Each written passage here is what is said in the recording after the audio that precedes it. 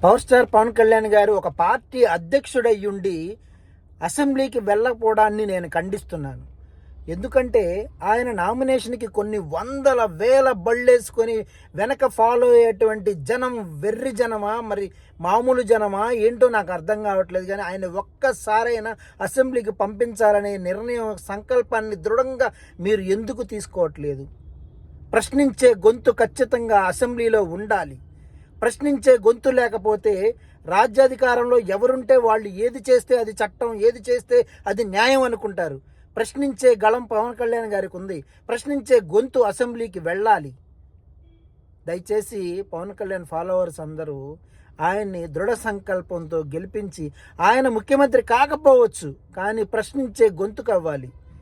నేను సైతం పవన్ కళ్యాణ్కి ఓటు నొక్కటి సమర్పిస్తాను అని మీరందరూ ఓటు కంకణం కట్టుకొని వెయ్యాలి.